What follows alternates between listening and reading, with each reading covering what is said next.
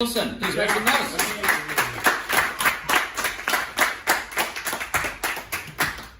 Like you risked the success of the night on bringing me on first. Whoa!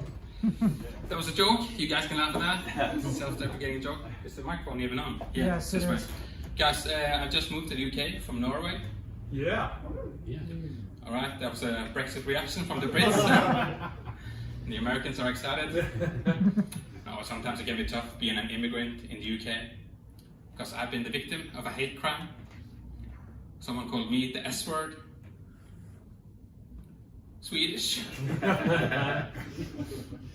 So I quickly fired back and called him the F word and the C word. French Canadian. Oh, people often confuse the Scandinavian countries. You see, Norway, we have the oil, the money, and the Winter Olympic glory.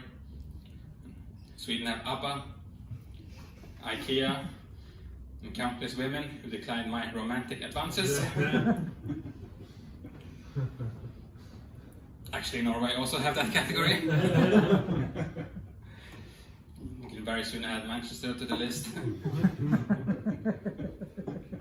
Oh, the most important day of the year in Norway is the 17th of May, the day when we celebrate our National Independence Day. And the way we celebrate is by drinking heavily from 9 in the morning, then continue drinking until we pass out in the streets. So in other words, just like a regular Saturday in Manchester. If you come to Norway as a tourist, we have a lot of things you can't experience here in the UK. The fjords, the northern lights, GP appointments.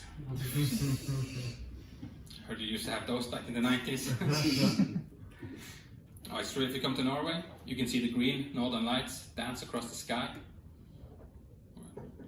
Technically, you can see that at Glastonbury for the price of an edible. Because Norway lies so far to the north, we always have a lot of snow. You know how in Game of Thrones, the Starks used to warn that winter is coming. We Norwegians have a different saying. Winter refuses to fucking leave. I hope you found that winter joke relatable. I don't mind the snow myself though. In fact, I think it's the world's second best white powder. I'm actually thinking about starting up my own high-speed cocaine delivery service. I think I'm going to call it Instagram. That's a joke where I found out if we have a pun-loving crowd or not. Definite no today. I sit down when I pee. That's all I have to say on that subject. Many tough guys have told me real men don't sit when they pee. They say it creates an uncomfortable atmosphere at the urinals. That's my best joke, guys. It's all done. According to the stereotype, Norwegians are all dry, humorless, and incapable of showing any emotions. Confirmed. My best friend tells me I need to loosen up and be more animated on stage. So here's my impression of a man trapped at the bottom of a well.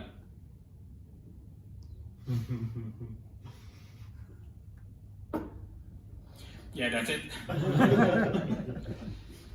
As you might have guessed from my dry personality, I'm a certified public accountant.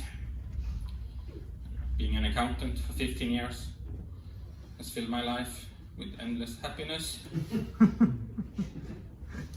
Hey, you guys want to hear the world's funniest accounting joke? Yeah. That was it. Oh, people claim accountants have no sex appeal. But that's not correct, because I'm always appealing for sex. Okay, I'm technically not an accountant anymore. My most recent job, internal auditor. That was the sound of my hopes of getting late tonight dying.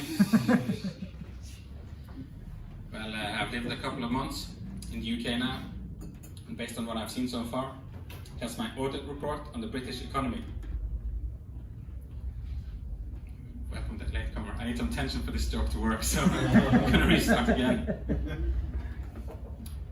Well, guys, I've lived a couple of months in the UK now, and based on what I've seen so far, here's my audit report on the British economy. Yeah, you're fucked.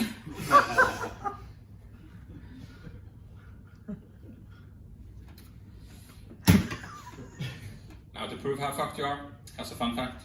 Do you know what we call 50k a year in Norway? Unemployment benefits. So stand-up doesn't work out. I can just go home and get a raise. No, seriously, people often ask what I think about the UK. So, luckily, I have a second notebook. Okay, this is what I've learned about British people. I don't think you spell Leicester correctly. Right. So, before I went to Rome to visit my then Italian girlfriend, I bought a book called How to Improve Your Italian. It didn't work. She was still a bitch. Yeah, I had to break up with the Italian woman when I found out she believed in a lot of things that I've never seen, like ghosts, aliens, and female orgasms. So then I dated a woman from Helsinki for a while. She bought me a book called How to Improve Your Finnish. There's nothing wrong with my Finnish. I finish better than anyone. I finish faster than Usain Bolt. Henning. Yep. Great set. All right.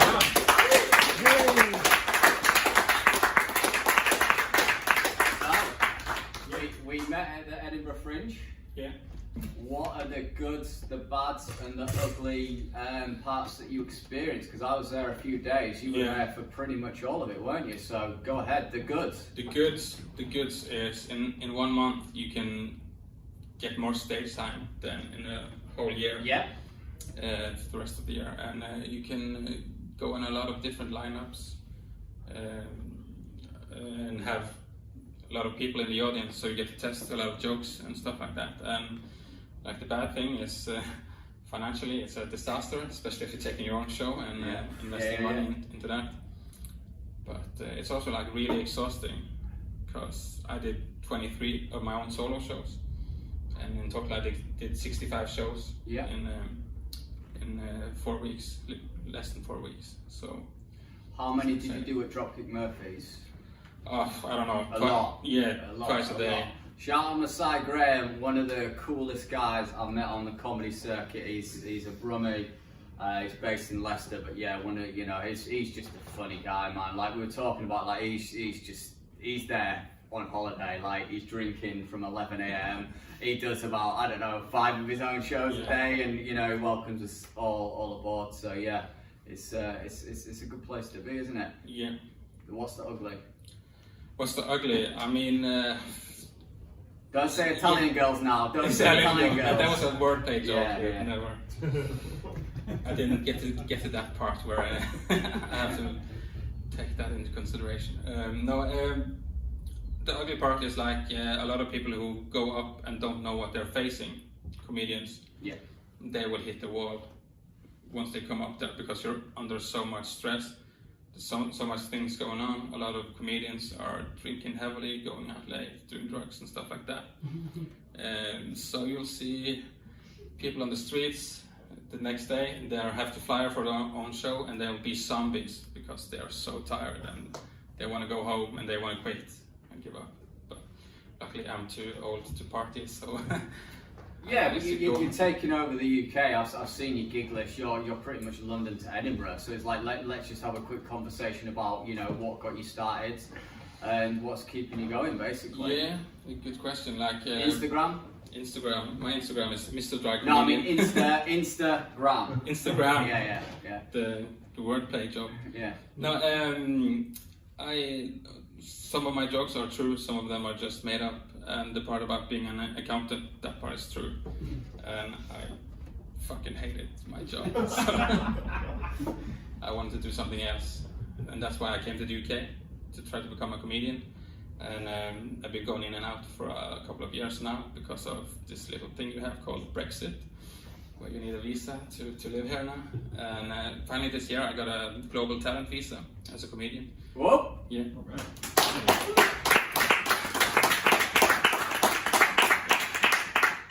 The correct distinction is global talent of exceptional promise. And I tell jokes about sitting down to pee. So.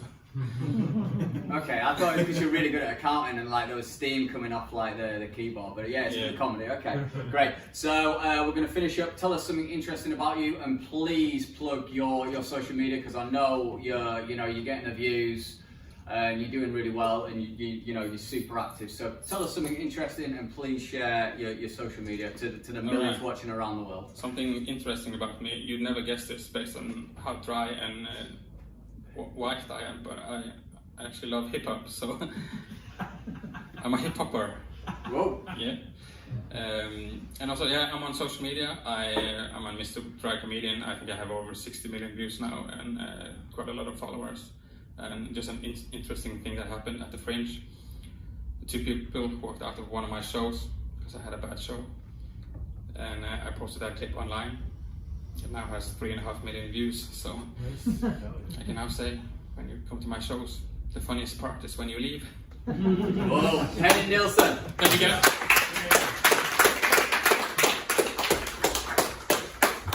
Right, keep the energy, keep the enthusiasm going. We're going to do a bucket pull now.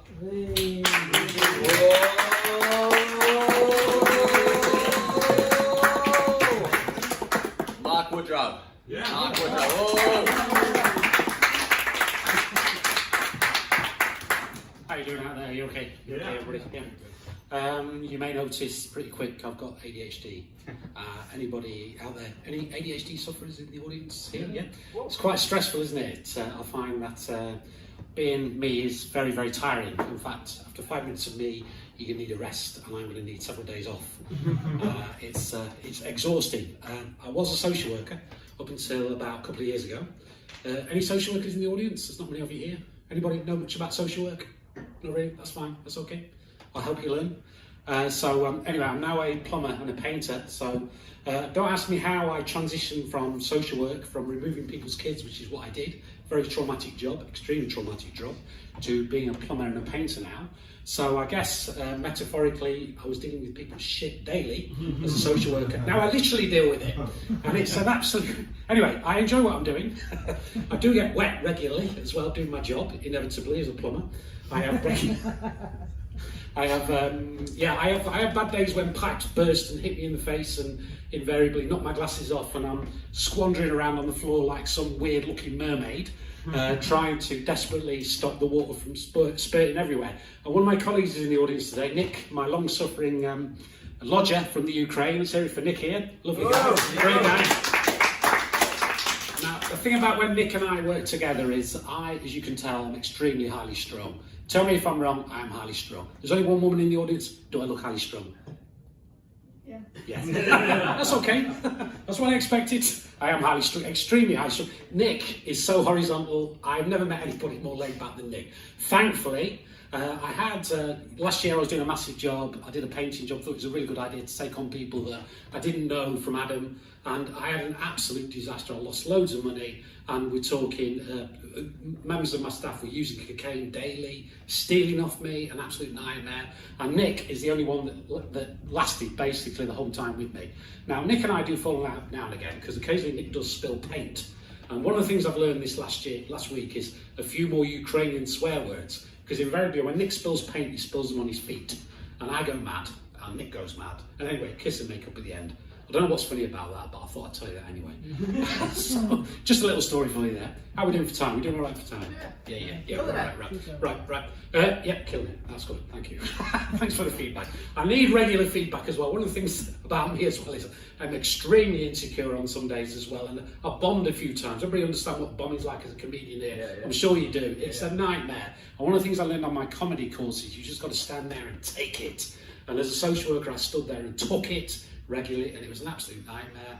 As a comedian, you've got to stand there and tell you've just got to carry on and keep going and change track if nobody's laughing like they're not now. So I'm going to change track. So I'm going to keep changing track. I'm going to keep changing the story a little bit. And one of the things about me is I'm extremely disaster prone. Anybody with ADHD here, quite clumsy, particularly when you're tired. Honestly, I'm tripping over my own feet constantly. I love danger. That's the weirdest thing about my ADHD is I'm scared of heights, but I love going up scaffolding. I love the thrill of thinking that I might die and I might fall off. Don't ask me why that's thrilling. It never happens, thankfully, otherwise I wouldn't be standing here, pretty obvious. But I really enjoy going up scaffolding. I enjoy the thrill of undoing, great big pipes, thinking to myself, oh my God, now what have I done here? Is it going to squirt everywhere, that kind of thing. And it's really thrilling to me. Don't ask me why, but it is. And you're not laughing, but I'm trying to tell you this story and trying to make you laugh. I'm not doing that badly, actually. I've had a few laughs, which is better than the last time I was on stage. Because last time I was on stage, I nearly died because nobody laughed at all. We're doing all right for time still, so I'm not time. You have 1 minute left. Whoa! And I think I'm really enjoying it. So I'm glad you. Keep going. Thank you. Right, 1 minute left. Another thing about my sets is as well, I'll cram more words. If you did a word counter, in court you have those people that type how many words you can say. With me, you'd get 25 minutes worth in 5 minutes. Yeah. And believe me, I can speak a lot quicker than this. When I'm nervous, I speak 10 times as fast as this. Okay, so you can only begin to imagine what it's like. And when I'm really, really stressed, this never happens, I stop speaking. That has never, ever happened, as you can imagine. I did go to America recently, and I had to sit on my feelings on my... When an American who I spoke to, you sir, didn't I? I spoke to you earlier on. I spent 3 weeks in Kansas and Kentucky. One of the things about me is I'm very left-wing. I cannot stand right-wing politics. I cannot stand Donald Trump. Don't ask me how I kept my mouth shut for 3 weeks, but I did. I stayed with Trump supporters like you would not believe. One of my friends who's a really strong Christian showed me a safe full of 10 guns. Oh, that's nice. Oh, great. Yeah, you can blow the holes out of people. Yeah, that's very Christian, isn't it? I didn't say a word. Don't ask me how. I did not say a word. I just kept stunned because they were looking at me. I thought it's disrespectful. I cannot start keeping my, I cannot give my true feelings across it. As soon as I got back here, they were having it. I sent them loads of stuff to wind them up, all sorts of stuff around how can you be a Christian and a Trump supporter and all the rest of it. But anyway, that's bad. How are we doing with time? We're all right. We're doing all right. Absolute pro. Absolutely pro. Fantastic. You've been a great audience. Thank you. It's one right. Just one. Stick around. We're going to have a chat. Yeah. So let's talk ADHD. Yeah. So how's it going? It's going all right, but I get very, very tired and I get very stressed but I try and absorb, I try and deal with it by comedy. I try and make jokes about it because I find it's a lot easier if I do that. Absolutely. So I've got mine sort of under control. Like, before I'd be like the class clown, like I couldn't sit still and stuff. 2 things. Meditation, masturbation. Honestly, not at the same time, but I'm not admitting to the second one. Honestly, it's like I've been able to sort of like slow my brain waves down, and it's just So how are you coping? Have you tried meditation? I've tried. I pray a lot. I've got a very strong Christian faith, so I pray a lot, and I try and kind of ask for God's peace. So do I tomorrow. But I do find that helps quite a lot, and I find that people in my church are very understanding. Usually, people that I work with, Nick's very understanding. Nick's fantastic, but it can be extremely stressful. I can't take medication at the moment because I'm pre-diabetic, so I'm having blood tests. No, so I'm very against that. I probably should have been medicated from like secondary school, but like literally I was just erratic, the worst class clown you can think of. Did you do any gigs in the US? I don't. Okay, no, fair enough. I thought I'd get shot. Yes. So, honestly, I'm not joking. If you start spouting, honestly, it's so febrile. That's the atmosphere I described earlier on. It is so febrile in the US at the moment. I sat there, people with MAGA hats. I find it really hard to manage my... Don't ask me how I did 20 years of social work and never got beaten up or something else terrible happened. But it was just a nightmare. And the atmosphere over there is terrible. It's like no trust of anybody at all. And I found that from an ADHD angle as well, that is really challenging to have to deal with that kind of mistrust, because I do have paranoid thoughts sometimes, like I'm not funny. That's the paranoid thought. No, I enjoy just I actually think I'm quite funny. it's the brain waves, Yeah, like yeah, that's the attention deficit hyperactive, like your brain, you're just constantly erratic. I'm looking at Texas, so we'll see how that goes for me. How long have you been doing comedy? About 2 years. I did a comedy course about a couple of years ago. Really enjoyed it. A few of my colleagues are doing fantastic. Rachel Smith is one of them. Rick Brown is another one. So both doing fantastic. Rachel's now full time. If I tried to earn money doing this, I would starve. No, you're very honest. So where have you been doing stand up? I've been doing stand up mainly at the Comedy Bloom. Not entirely. I'm trying to find other venues as well. And I spoke to a colleague yesterday. I'm on a big group with everybody. And I went to Bitches and Stitches yesterday. Really enjoyed it last night. Great seeing loads of women there, by the way. Did you get any stitches? Yeah. Were there bitches? Yeah. There you go. It worked. It did work. No, it was great fun. Honestly, it's fantastic. So many women standing up as well. It's absolutely brilliant. Okay. So before we let you go, tell us something interesting about you. You've got ADHD. Yeah. You're very left wing. Yeah. You don't like the south of the US. I've already picked up on this. I can't stand Trump. Yeah. Okay. One more thing. Absolutely. Just I fell out the car when I was 3 years of age, and my mum didn't notice, and she carried on driving. So don't ask me what happened there. That's where the ADHD comes from. Not just the ADHD. We found. I think I fell on my head. Yeah. Get Hugh Jackman. That'll be an origin movie. Like definitely. My poor mum's still embarrassed. It was a time when you had no rear seat belts, and she didn't even notice. So it was kind of. But obviously I have no memory of it whatsoever. But it'd be interesting to see the medical notes from that period. Absolutely, Matt. Please feel free to plug your social media or any gigs that you've got. So absolutely. if you want to follow me on Insta, it's justmark_comedy. I'd really appreciate a few more supporters because I've got about 5 at the moment. One's Nick, another one's Nick's girlfriend, and maybe 3 others. So I'd really appreciate a bit more support. I do try, and I do speak, and I do try and encourage people to follow me, but I need to do more gigs and get more known. Well, we're going to help you, Mark. Yeah, brilliant. Ladies and gentlemen, Mark Woodrow.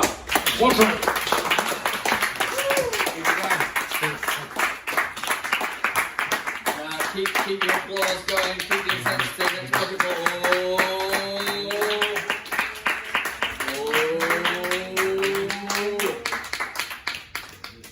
John Amaretti.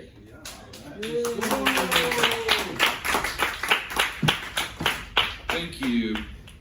What's up, Manchester? It is good to be with you. I moved to England many years ago as a young-ass man. I am an American, but nobody's perfect. I'm from the desert state of Arizona. Arizona is famous for its rattlesnakes, skin cancer, and Republicans. If one of them doesn't kill you, it means you probably moved to England. America has become such an embarrassment on the world stage that I had considered lying to people about where I come from. But then I realized it's better to be hated for who you are than to be thought of as Canadian. Who am I kidding? Nobody thinks about Canadians. So many problems in the world today, it's got me nostalgic for the 1990s. The 1990s was the last time there was hope. The 1990s was the last time you could play Dungeons and Dragons without having your virginity called into question. The 1990s was the last time you could make fun of someone for going to therapy. That's called Schadenfreude, according to my therapist. So many problems in the world today. I wish that we had 1990s problems. In the 90s, people were worried about mad cow disease. Mad cow disease is a brain-rotting condition that you catch by consuming contaminated beef. It's a slow and painful death. I'm trying to find some to feed to my neighbor's chihuahua. In the 90s, people were scared that the world would end in the year 2000. That when the clock struck 12 at midnight on New Year's Eve, the computers would melt down. Or that Jesus would return to vanquish the non-believers. Luckily for us, Jesus still uses the Mayan calendar, which buys us about another 5 years. Things that were controversial in the 90s are more accepted today. In the 90s, it would have been considered shocking to see girls kissing. As in, girls kissing guys who play Dungeons and Dragons. It would have been shocking. In the 90s, it was considered sexually provocative to be seen wearing a thong. But today, wearing shit-stained underwear is perfectly acceptable. Right? Thank you very much. Thanks, guys. What's up? You look Canadian.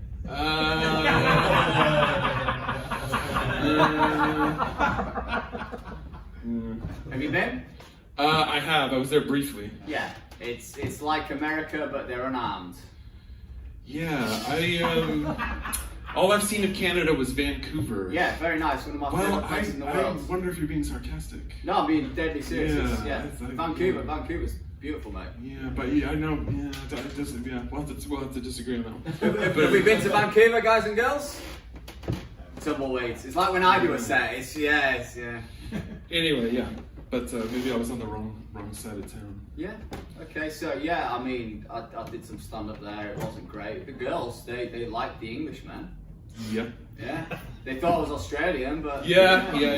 Just agree. That's be agreeable. I'm a people pleaser. Yeah. It's like I'm Canadian, you're Australian. We're all, so how long have you been doing stand up? Just started, like 2 weeks ago. Congratulations. I'm guessing you've got some sort of performing arts or some sort of speaking background because that came across very, very confident. Well, thank you. Yeah, thank you. Yeah, a little bit. Yeah. So what have you done? I've mostly been doing voiceover work for the past several years. So I'm just trying to find something that's a little more AI-proof. Although I have seen some AI stand-up routines that aren't the worst things I've ever seen. So have you done anything noteworthy? Have you been anything we'd know? Stand-up wise? No. So voiceover wise? Oh, stand-up. Whatever. Yeah, no. 2 weeks. Yeah, only been 2 weeks. Yeah, voiceover wise. Yeah, just. I don't know, mostly advertising stuff that's probably not worth boasting about, but thanks for asking. Yeah, as long as it's paying the bills. Paying the bills, yeah. So whilst we're on the subject, what's your real job? What do you do when? That's what I've been doing, voiceover work. So, yeah. So you just do it remotely, or like what's? Can do. Got a home studio, or if they need me in a particular studio, I go there. I don't work for immigration. Don't worry. Like yeah. You're welcome. You're very welcome. So, tell us about your love life. What's going on there? I was recently dating a dominatrix. She. Yeah, I don't want to say definitely do jokes about that. Well, because, these perverts, you've got to write for your crowd, yeah. Yeah, she was cool, man. She was, it was just in her professional life. It wasn't like in her personal life, but she definitely had the best work stories. Yeah, I'll leave it to her to write a set list about it, though. But she has some good stories. Yeah, anyway. Okay. Save it for the next show. Yeah, I'll do the next show, yeah. Before we let you go, tell us something interesting about you, and please plug your social media. Yeah. I think you're going to do quite well, to be Thank honest. you. Like, I think he's 2 weeks in, please, thank you. Yeah. Well, I might not go down so well in Vancouver. That's what I'm worried about. That's what she said. That's what that's what I'm worried about now. Yeah, Instagram, John Amirati, AMMIRATI. Is it an Italian-ass name? I know I'm not the only one here with one of those. There you go. Yeah, if there's anything interesting about me, it is not for me to say. But thank you very much for listening. Next show. Appreciate it. Thank you. John Amirati! Keep it going, guys. Keep it going.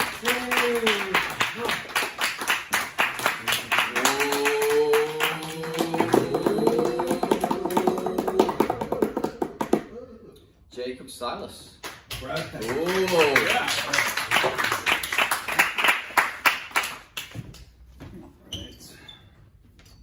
All right. dominatrix. It's still, it's still stuck in there hard, man. I don't know. All right, those are words that I said.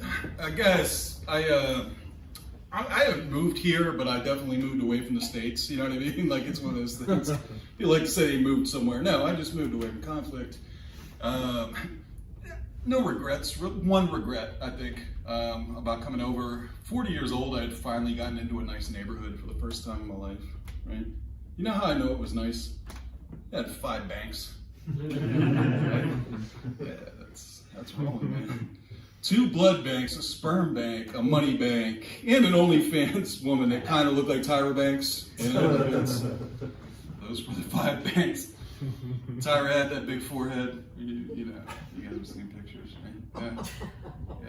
And an even bigger dick. You know what I mean? Like, I was like, Tyra, I'm solutions oriented, but that's ridiculous. That's a lot. That's a bunch. All right. What are you doing for dinner? You know what I mean? Like, it's, oh man, I can keep saying these words if you want. Okay. Yeah, cool. And guy that danced like Carlton Banks in my hood. That's 6 banks, guys. Be impressed. All right. Nothing else going for me in the States. That's the highlight. What am I doing? Guys, it's I'm a combat vet, disabled, right? That's why I'm location independent now. They send me a check and they're like, stay away from people that matter. You know what I mean? Like, that's. And so I came here, and I'm sorry, guys. Like, you do matter, all right? I wrote that down before this, all right? And then I realized, looked in your eyes and saw what you matter. You know. But they basically, I'm missing my cognitive behavioral therapy to be here, right? That's a weekly thing, right? And when I missed it in the past, it's had mixed results. Let's put it that way, right? Like, it's not always great. 5 to 8 of us in a group, right? And like a therapist in the center, usually female, or at least identifying as such. You know what I mean? You know? And I don't know why they set it up like a circle jerk, but that's definitely what it, you know what I mean? We all had, half of us had to fight that urge, you know? Like, yeah, we're traumatized. If our dicks still got hard, it would have been a problem. You know what I mean? Yeah. But they asked me, the whole first month, every week they'd ask me, Sergeant Silas, what's your greatest fear? That's what the group kind of fixated on, you know? And, you know, we have plenty of them as vets. You see, like, some debris on the side of the road and think it's something way more than debris, you know? I, in particular, like, really bad claustrophobia from being, like, in the Iraqi sewers, like, gross, you know? And it's not what I thought I'd be doing in the service.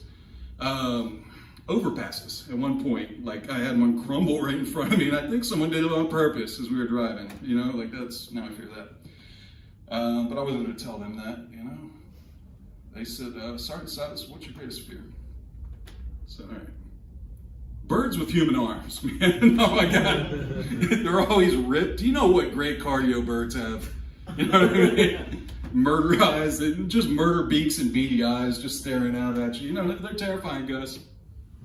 Don't ever go to that subreddit, all right? If you want to sleep, stay away from that subreddit, all right? I've gotten that subreddit a lot of attention, by the way. I boosted them. And they said, Sergeant Silas, you're going to take this exercise seriously. We want to hear a true fear that you have. And what's your foremost fear? I said, all right.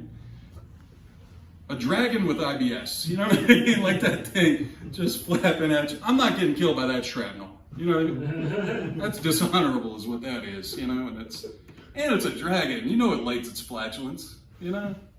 I'm not like that, like me when I was 14, you know? It's a shame. And 41. I did it in a hostel last week, you know what I mean? To these guys. Catch them in the eyebrows. It was nice. It was a good time. What else am I doing? They retrained me to be a teacher, which is a mistake, right? And yeah, like I'm definitely, like some people you just shouldn't save, right? You've heard me, you know what I mean? And guys, I figured out I'm not the worst teacher. I'm not good. Lady, 5th grade teacher was dating her 5th grade student for 6 months, you know what I mean? And writing letters to him about how good he kissed and how good the making out was, and the dad found it, was so mad, right? Stormed down. I think I'd be mad too, right? What a cock tease, you know what I mean? Lady, you can't sleep with a son once in 6 months, you know? He likes dinosaurs and he'll make your vagina sore. You're missing out, you know? He's 10 and I think he's 8'10", all right?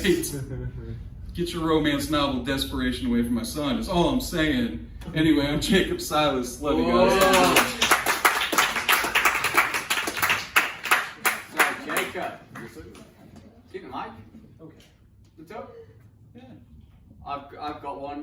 yours is bigger than mine. Oh, that's Yeah, take out the stand. It's dark in here. Yeah. So you're a disabled veteran. Yeah. Let's talk about the disabled part first. Sure. What Yeah. happened? So back injury. Okay. Like first day off the airplane coming into Iraq. That's a time where everyone's tense and like they plan kind of poorly, and it just happened. No problem. Yeah. No problem. Okay. So are you getting it sorted then, or is it not fixable? Yeah, it's a degenerative thing, and I had a lot of good active years after I got out. Like Good man. yeah. Okay. So what sort of veteran are you? What did you serve? In the army, and like basically no one wanted me when I got out of high school. You know what I mean? Yeah, of course. But that's what happens. If you had a traumatic childhood, they're just like, hey, how about this gun? You know what I mean? It's always fun. That's America. So we've all had traumatic childhoods. We're not Yeah. gonna draw on that. How long have Yeah. you been doing stand up? About 5 years. Okay. Yeah. Brilliant. So wait. Okay. Jacob, where have you been doing it? Where have you been going up? Oh God, I've been all over the U.S. Came out of Vegas, and then I was in 8 different American cities, more or less. You know, I would travel around. I was teaching kids like in the inner city where people would just teachers had left in exodus from some of these schools. They were just nuts. Yeah. So was it you? I was mentioning I met Jeff Garcia when I was at Vegas. Yeah. So that was cool. Yeah. Just hanging out, Laugh Factory, blah blah blah. I met his booking agent. We got on. I did a set at the Laugh Factory. So Awesome. in LA. So yeah. Just your network's your net worth and all that. So where else? Where you been in the UK? In the UK, it's really Manchester. Came here, kind of fell in love with it, the centrality of things, and just how kind of tight knit the community is, and then went up to Fringe from there, more or less. How's the love life? It's I still want his dominatrix's number. You know what I mean? Yeah. Like I need a nice domineering creature in my life to straight, kind of even it out. Anything funny happen at the Fringe? Did you get up? No, I'm not talking about your penis. I'm talking about comedy. Yeah, Did you get up? No, just the farts in the bed in the hostel. But yeah, I got up quite a bit. Okay, where did you go? Well, I was with a veterans comedy group, Project Comedy. They were nice enough to have me up. What was the specific venue? I know Edinburgh quite well. So I did Bar 50, and then I did the other one, which I'm trying to remember out of like the 40 venues. Kick-Ass? Yeah, that's Okay, right. cool. Kick-Ass on Cowgate. Yeah. Cool. So you've shared a lot of interesting stuff. Thank you very much. Before we let you go, tell us one more thing you haven't said that's interesting about you, and please do share your social media handles. Okay. So I was an employee during. If you heard about the October 1st shooting in Las Vegas where the 60 people died, yeah. Me and my ex-wife were both employees there, and so that's not emotionally messy at all. Yeah. And then. I find him humorous on Instagram, and it's not the dorky British way of spelling it. All right, with the extra U, it's the dignified way where there's one U like a person. I had to mess with you guys a little bit. I'm sorry. That's Jacob. Thank you very much. Yeah. Come on, please. Thank you. Jacob Silas. Don't like using a microphone, but keep it going, guys. Come on. Keep it going.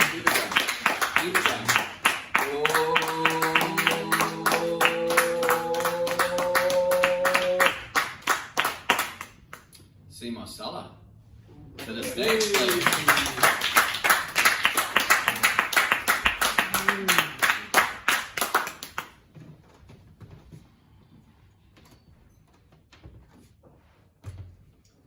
Okay, hello.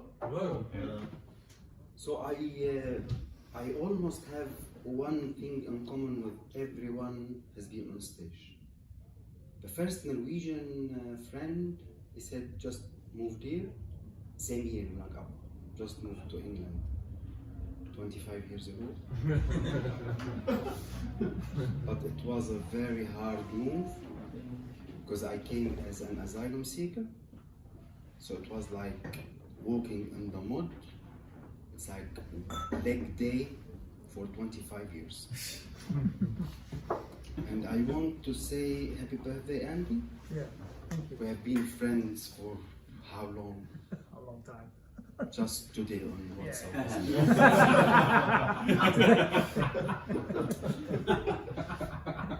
Okay, so if you are wondering where am I from, I was born, I'm not English, as you could tell from my lovely accent, but I'm not African as well.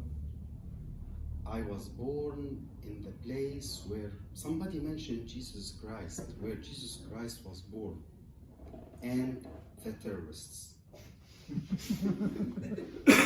So I regard myself as half Christ, half crisis. If you know what I mean. And during the first few gentlemen, 2 were Americans. Yeah? No. I don't know if this is good or bad sign.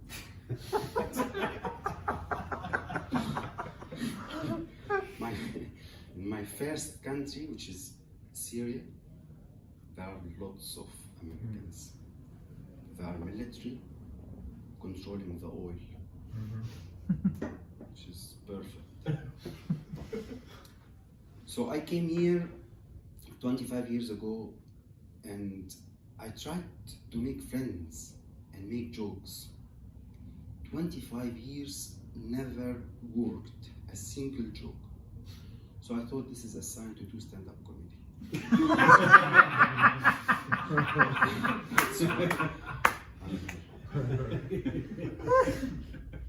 A few things happened really during the journey, you know, because I came as an asylum seeker, and then I loved dancing, so I joined the Samba School of Dancing in Manchester.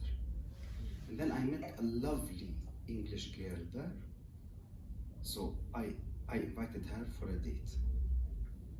So in the Middle East, you know, like life is still primitive.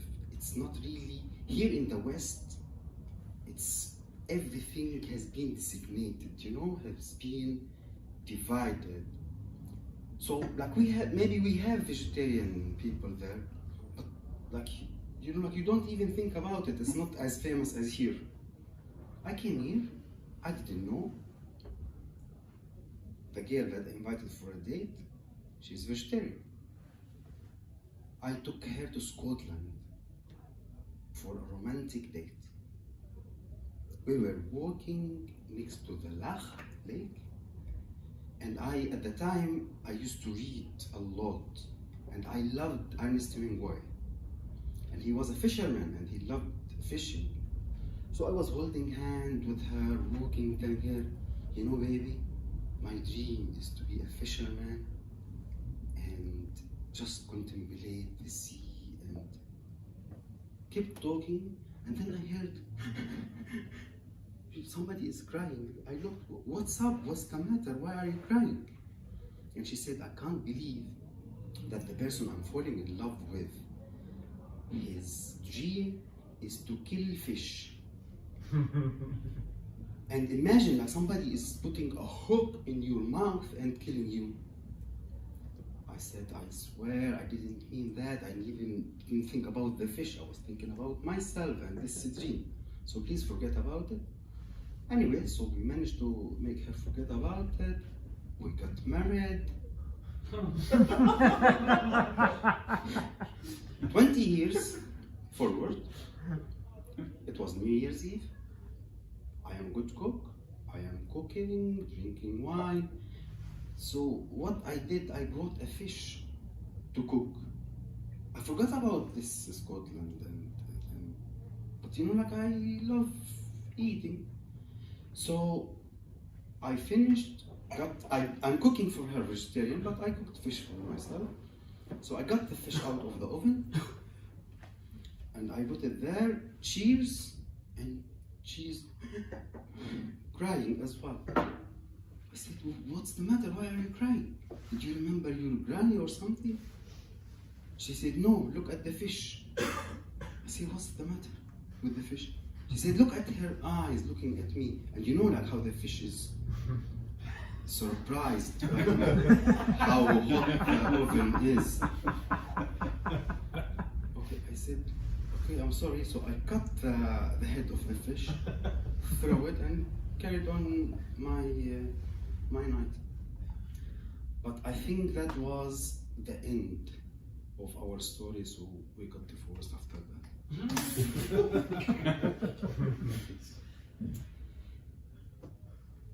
When I know, I'm almost new in this, and when I felt that it's very difficult to make comedians laugh.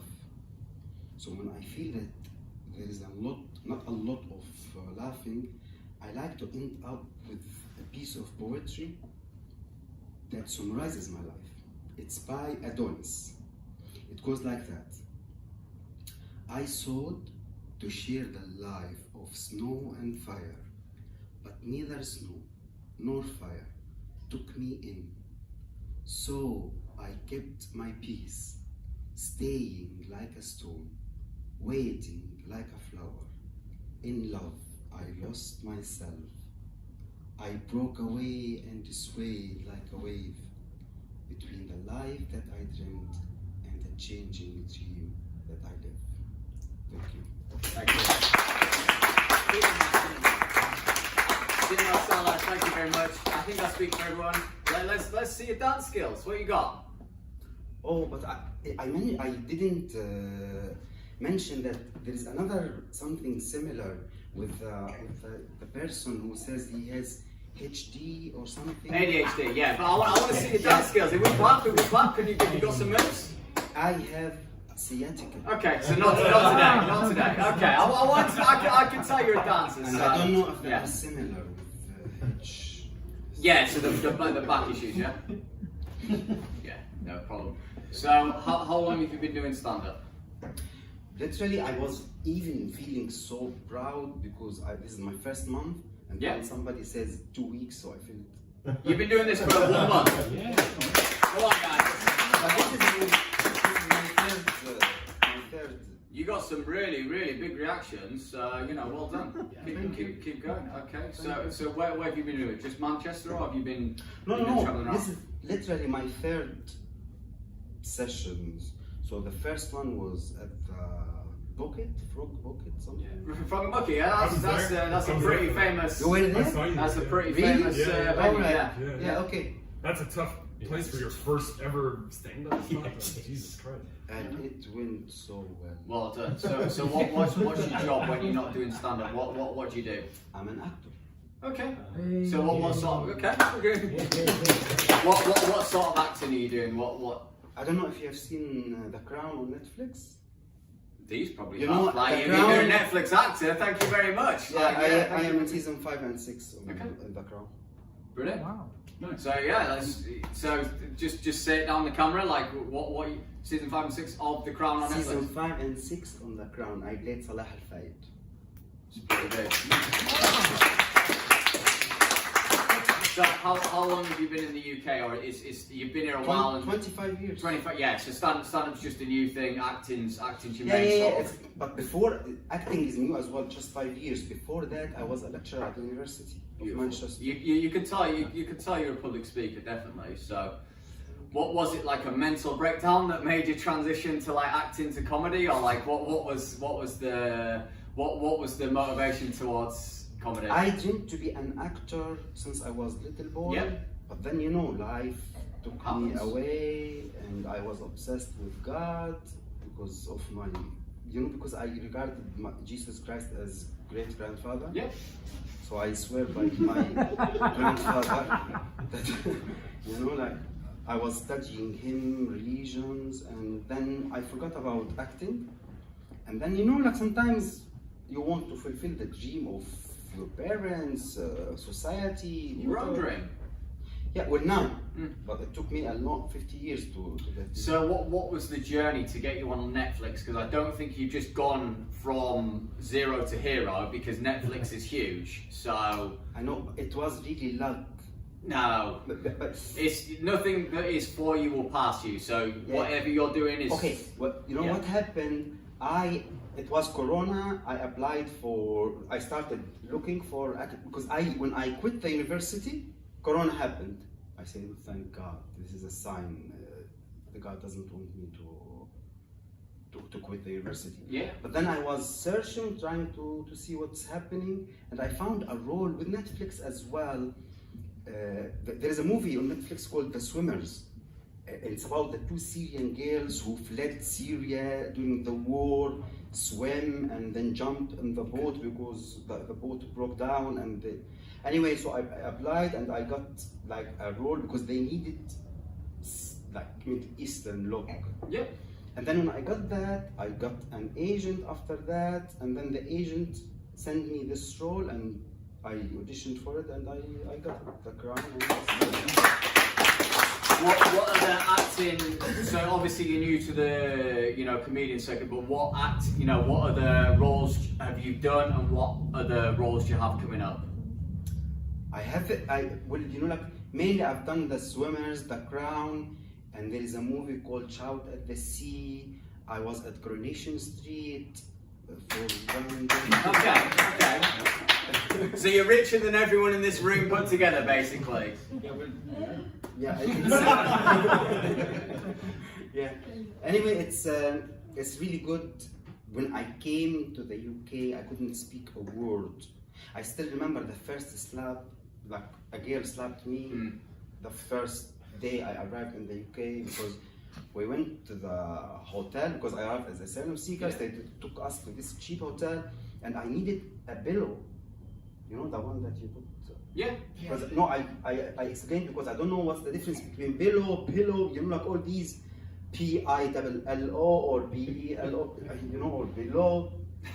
Yeah. So I signed. So I didn't know the name, and then I was signing to her, you know, and she thought that I want to have sex with her. And they got the interpreter, and weirdly, like, recently I got a Chinese girlfriend, and when I signed, I want to sleep with her. She didn't understand. I had to get the dictionary, and you know how.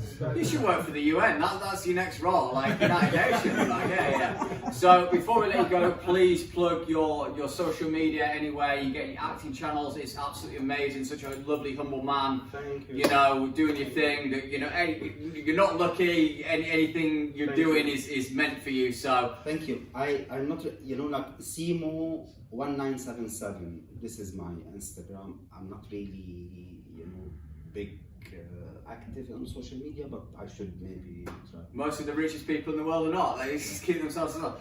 Okay, so Simo Salah. Thank you.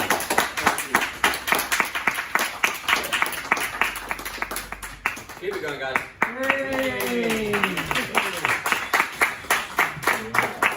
So your last bucket pull before your headliner. Guys, keep the energy in the room going.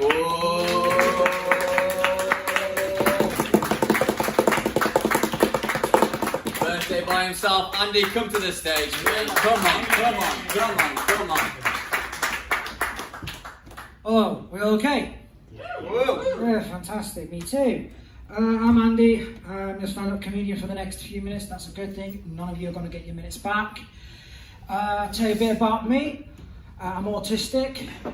I'm so autistic, I created a 3-page itinerary for my friends for a night out, complete with transit schedules and snack breaks. I have epilepsy, so does my friend. We're now epilepsy buddies. I wish he didn't give it to me. I wish he kept it to himself.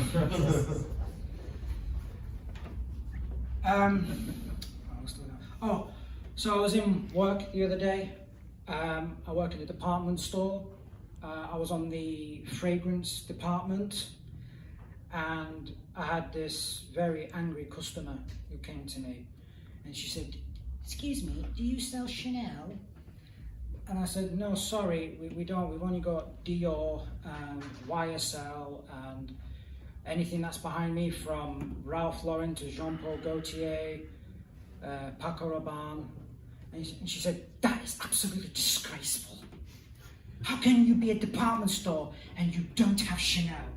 Oh, will not do." So she walked away. I look up and I see the sign she's underneath, the name of the fragrance. So I was like, yeah, pretty much what it is. So her attitude was like she was possessed by an evil spirit of some sort. So I asked myself a question: what do you get if you cross a female demon and women's fragrances? The Devil Wears Prada. Oh. What else? So I've been thinking about my friend James recently. He's homeless, so I took him in. Don't worry, no animals were harmed in the making of this joke. So I said to James, you be me, I'll be you for one day. And I took him round. So I said to him, this is James May. He will be your chauffeur for the day. I had to lie to him. He was my Uber driver. Took him to my home, showed him into the kitchen. I said, James Martin will cook your meals for you. Took him into the living room. I showed him my banging stereo. Showed him my James Brown collection. Took him upstairs. I said, this is the guest room. This is where you'll be sleeping tonight. And I said to him, don't worry if you have nightmares in the middle of the night. There's a cardboard cutout of James. And he said, oh yeah, James. I was like, whoa, not me. Bond, James Bond will protect you. So I woke up in the morning, come downstairs. He's taking some appetizers. He's taking my James Brown collection. And he's taking James May with him, my Uber driver. And, sorry, did I say there was no animals in that making in the hand of this? Yeah. I do apologise, he was a rat, that's why he was homeless. So he ratted me out, so there we go. I turned 28 recently. Whoa! Thank you. So I looked on the internet, what it takes, what you have to do, 28, what fun things you have to do. And the things that came up was dancing was one of them. So I've taken up a new hobby, salsa dancing. So pretty much it's basically me doing this. And then just walking back like that. But I had a dance partner, and she came to me during the break. I was like, please do not dance with me. And then she said, oh, come on, it'll be fun. So I just spent doing this.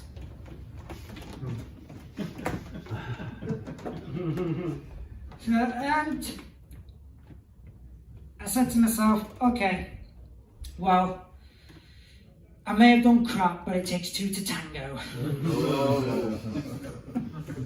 And that is pretty much me for the rest of the night. Thank you very much. Keep them dance moves going, like he flirted before, but keep the dance moves going. Come on, man, it's your birthday. Keep the dance moves going. What you got? Whoa.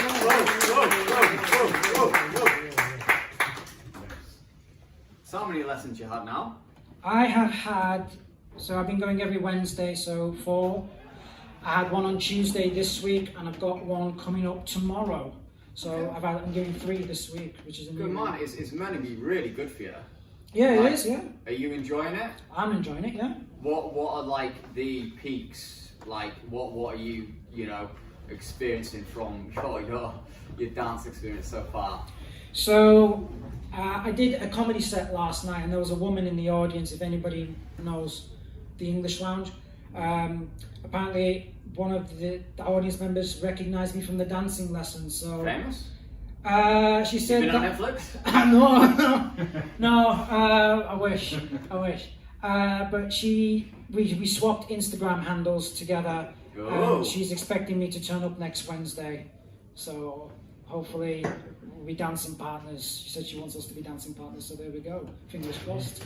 So how long have you been doing stand-up now? So I've been doing stand-up for over 1 year now, and I was recently on a 4-month break, and then I came back yesterday officially.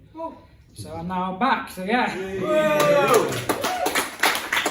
And where have you been doing stand-up? So I've been doing stand-up in Manchester. I've done some in Liverpool. I did one in Stoke-on-Trent, and I've done one in Leeds. Yeah. Okay. And what was the highlight? My highlight would probably have been every Thursday. Usually tends to be one of the best days of the week. You got Costa del Salford, at the Old Pine Pot in Salford, and there's Smiley Open Mic in Cholton at 99 Reasons. So that's like the best ones to go to, really, because I've had so much fun. And every day on a Thursday is like brand mad. There's like, it's small, but the comedy family is like together. We're gonna have fun on a Thursday. It's like a nice massacre, but not a deadly one. Absolutely, that's what you want. Yeah, a massacre, but not a deadly one. So, what's your real job? So I work in retail, in a department store. Okay. Yeah. Any funny stories or anything you'd like to share? Well, I shared one of them about the Devil Wears Prada one. Yeah. I don't know any other funny stories about the workplace. It's just complete dull. I'm still working on more jokes about my workplace because I feel like I can just get away with it sometimes. Yeah, cool. So you've already touched on it briefly, exchanging Instagram handles. Ooh. Yeah. Tell us about your love life. Like what's going on there then? So I am single, but I am back on the market. I'm back on Tinder now. Okay. Yeah. What's that got a bit more? Yeah. Okay. Yeah. So, but no girlfriends on the scene yet. But you're still fishing. Yeah, still fishing. Yeah, still fishing. There's plenty of fishes in the sea.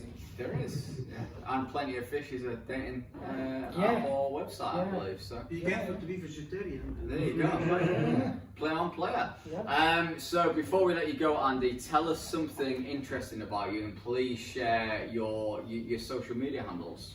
So yeah, okay. So something interesting about me. I'm a theatre actor. I'm a stand-up comedian, a poet. I've been on the radio 6 times. Obviously, I mentioned earlier, I'm taking up salsa dancing, so I'm trying to be a dancer as well. Basically, an entertainer. I might take up magic for all I know. Yeah, I can see that. Yeah, I'm just trying to entertain. Instagram handles, yes. So my Instagram handle is Andy Does Comedy .1. So that's the number 1, not the word, the number 1. I do this as well with John, so it's Comedy Unfiltered Live Podcast on Instagram. I also do an open mic here at this venue as well, so it's called Comedy at Pub. So that's the open mic I run, and yeah, if you want to have future gigs, just let me know. Yeah, I'll help you out. That's it, ladies and gentlemen. Andy Fahan. Thank you. Good night.